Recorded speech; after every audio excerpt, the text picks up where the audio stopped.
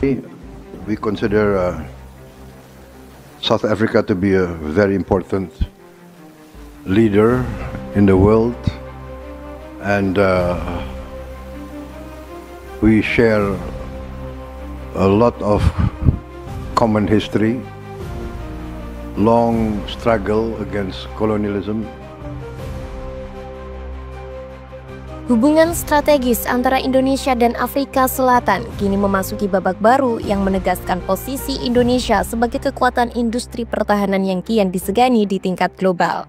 Pada 22 Oktober 2025, momentum bersejarah terjadi ketika Menteri Pertahanan Indonesia Safri Samsudin melakukan pertemuan resmi dengan Menteri Pertahanan Afrika Selatan Enji Mosteka di Jakarta. Pertemuan itu bukan sekedar kunjungan kehormatan, tetapi menjadi fondasi penting bagi diplomasi militer lintas benua yang menandai awal kerjasama strategis dua negara dalam bidang industri pertahanan, teknologi militer, dan pembangunan kapasitas nasional. Dalam forum tersebut, dibahas secara mendalam rencana kolaborasi produksi amunisi hasil sinergi PT Pindad dengan Rheinmetall asal Jerman, serta ketertarikan Afrika Selatan terhadap kapal perang jenis LPD buatan PT PAL Indonesia dan pesawat N219 produksi PT Dirgantara Indonesia (PTDI). Kolaborasi ini membuka peluang besar bagi Indonesia untuk memperluas pengaruhnya di Afrika, sekaligus memperkuat reputasi sebagai negara produsen alat utama sistem senjata yang berteknologi tinggi, mampu bersaing dengan industri militer barat. Pertemuan tersebut bukan hanya sekedar penjajakan kerjasama antar dua negara, melainkan sebuah momentum strategis yang memperlihatkan transformasi besar Indonesia dalam memadukan kekuatan teknologi, diplomasi, dan kepercayaan diri di tingkat global. Afrika Selatan, yang dikenal sebagai salah satu kekuatan militer paling berpengaruh di benua Afrika, secara terbuka menyatakan ketertarikannya terhadap kapal perang jenis Leading Platform Dock LPD buatan PT PAL Indonesia, yang dinilai memiliki kemampuan unggul dalam mendukung operasi lintas samudra, mobilisasi logistik tempur, hingga misi kemanusiaan berskala internasional.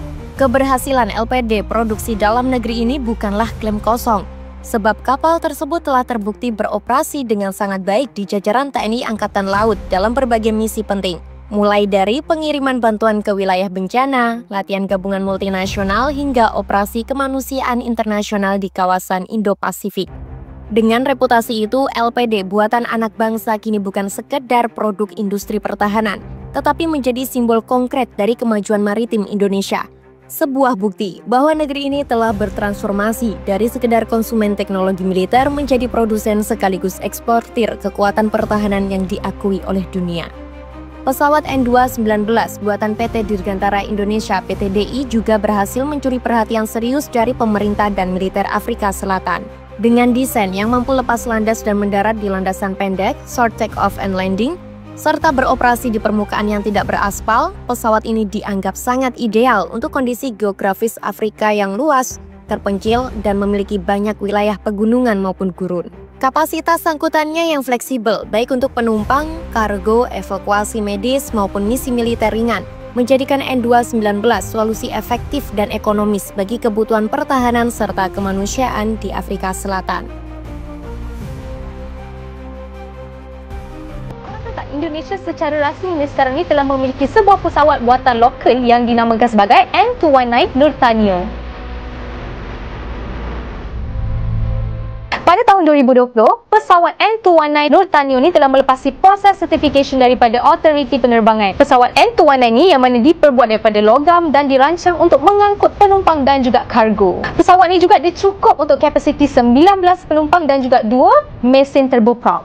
N219 ini dia memiliki kecepatan maksimum mencapai 210 knot dan kecepatan yang terendah mencapai 59 knot. Pesawat N219 ini dia mampu terbang dan mendarat di landasan pendek yang mudah di daerah-daerah terpencil. Lepas dia dah buat beberapa kali ujian penerbangan, pada 10 November 2017, pesawat N219 ini diberi nama Nurtanio oleh Presiden Republik Pak Jokowi. Nama Nurtanio ini dipilih oleh Presiden Indonesia iaitu sebagai penghargaanlah kepada Laksamana Muda Udara Anumerta Nurtanio Pinggau di Suryo yang merupakan seorang perintis industri pesawat Indonesia. Nak tahu maklumat yang lebih lanjut? Jom sertai kami di YEG Pesta Sambung Belajar.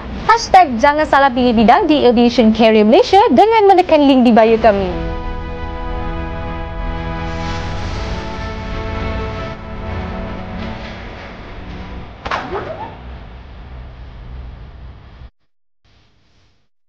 Proyek pembangunan kapal perang LPD pesanan Uni Emirat Arab sedang dikebut oleh PT PAL saat ini. Kalau negara sultan beli kapal perang itu memang beda ya.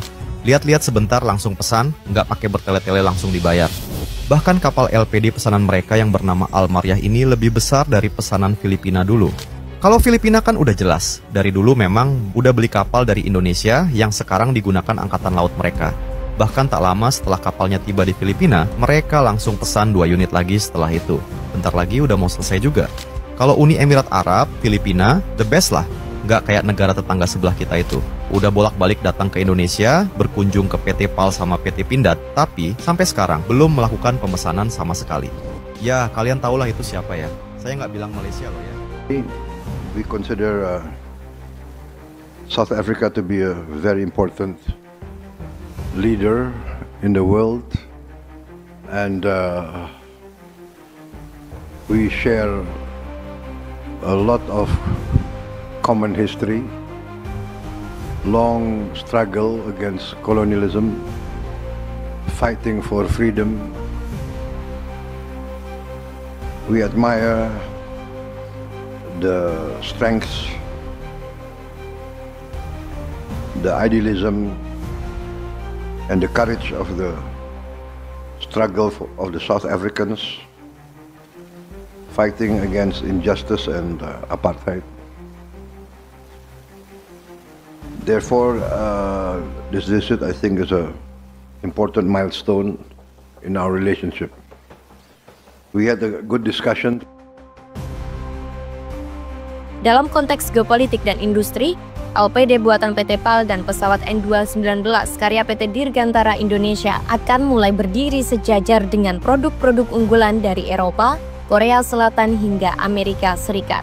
Menandai era baru di mana Indonesia bukan lagi pasar bagi industri pertahanan asing, melainkan pemain utama yang mampu mengekspor teknologi canggih dengan harga dan kualitas yang kompetitif. Lebih dari sekedar transaksi ekonomi, keberhasilan ini akan menjadi simbol kebangkitan teknologi nasional, hasil dari konsistensi investasi negara dalam riset, rekayasa, dan pendidikan vokasi pertahanan. Bagi dunia, Indonesia akan dikenang sebagai negara berkembang yang berhasil memecah dominasi industri militer global, sementara bagi rakyatnya, ini adalah bukti nyata bahwa kemandirian dan inovasi dalam negeri mampu menciptakan kebanggaan nasional yang sejati. Bagi Malaysia, perkembangan ini menjadi tamparan keras yang sulit untuk disangkal. Ketika Indonesia sukses menembus pasar Afrika dan menandatangani kontrak industri pertahanan bernilai ratusan juta dolar, Kuala Lumpur justru sibuk mempertahankan citra sebagai negara maju di ASEAN, namun tanpa fondasi kemandirian teknologi yang nyata. Industri militernya masih bergantung pada impor, lisensi, dan sewa alat pertahanan dari negara asing, sementara kemampuan produksinya sendiri nyaris stagnan. Dunia kini mulai melihat kontras yang tajam. Indonesia membuktikan diri sebagai bangsa yang membangun kekuatan dari riset dan keringatnya sendiri. Sedangkan Malaysia tampak hanya berkoar tentang kemajuan tanpa hasil konkret. Dalam percaturan kawasan, pergeseran ini bukan sekedar simbol kebangkitan Indonesia, tetapi juga peringatan bahwa era dominasi citra tanpa substansi telah berakhir.